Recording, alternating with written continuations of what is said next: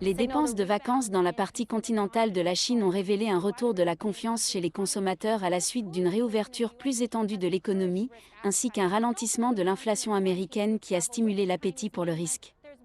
Depuis la suppression de la quarantaine obligatoire à l'arrivée, le nombre de touristes a considérablement augmenté. Pendant le Nouvel An, plus de 400 000 visiteurs sont arrivés du 21 au 25 janvier, mais selon les médias locaux, cela ne représente qu'environ 10% des statistiques d'avant la pandémie.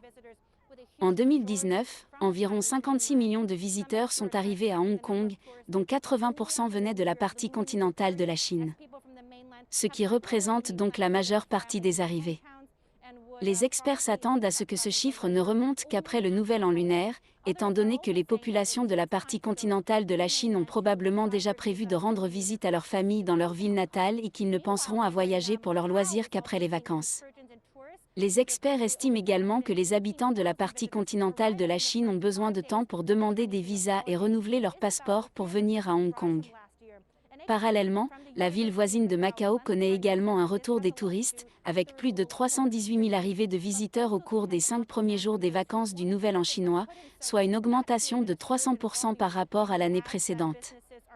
Un expert de l'Université de Macao, Glenn McCartney, explique que cette hausse est liée à la suppression des restrictions liées au Covid-19, ainsi qu'au désir réprimé de ceux qui voulaient venir mais ne pouvaient pas le faire, entraînant ainsi une hausse du nombre de visiteurs. Il ajoute que les entreprises sont optimistes quant à la reprise du tourisme, qui donnera à l'économie de Macao le souffle dont elle a tant besoin.